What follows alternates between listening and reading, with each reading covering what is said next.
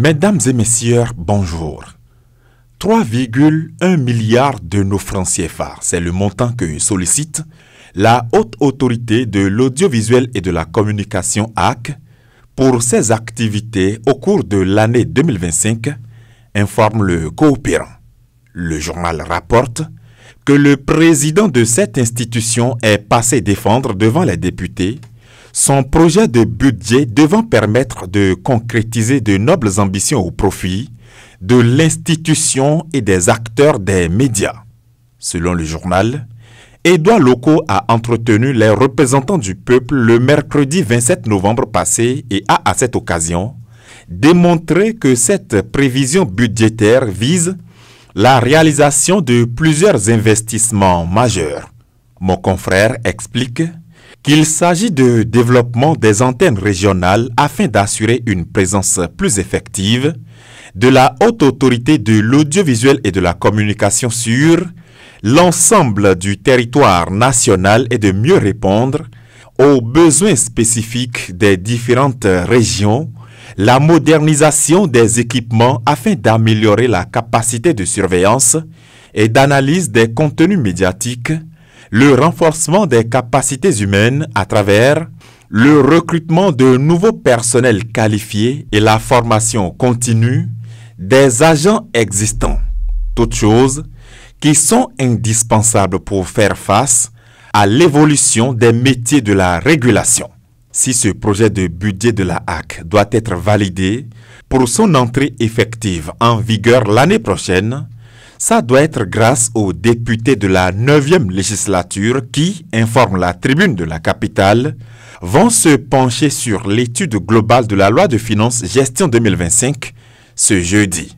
Le journal détaille dans ses colonnes que c'est conformément à la pratique parlementaire que les élus du peuple se réuniront en séance plénière le jeudi 5 décembre au Palais des gouverneurs de Porto Novo pour décortiquer, voire amender ce texte de loi. Le projet de loi de finances exercice 2025, tel qu'introduit par le ministère de l'économie et des finances au Parlement, poursuit mon confrère, s'équilibre à la somme de 3 000 milliards 199 274 000 de nos francs CFA. Mais bien avant la séance plénière du jeudi, poursuit le journal, il y a en ce lundi à l'Assemblée nationale l'adoption du rapport général par les députés qui avaient déjà adopté la semaine dernière les différents rapports spéciaux. Le leader du jour nous conduit au cabinet du président de l'Assemblée nationale pour nous informer d'une audience accordée par l'autorité parlementaire.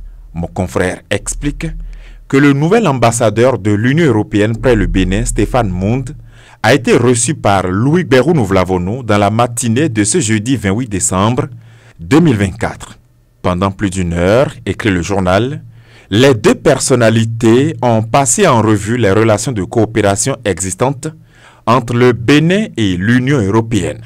Pêle-mêle et hors du Parlement à présent, avec Bénin Intelligent qui parle de l'inclusion financière et affirme que, je cite, le Bénin est premier dans l'espace UEMOA, fin de citation. La primeur s'intéresse à la promotion de la planification familiale en rapportant que des jeunes ont évalué les engagements du Bénin et formulé des recommandations.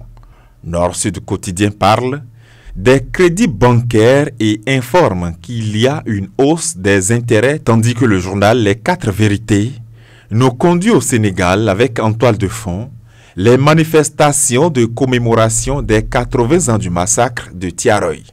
Mon confrère dit qu'il y avait une lourde atmosphère de tristesse ce 1er décembre. Fin de cette revue de presse. À demain.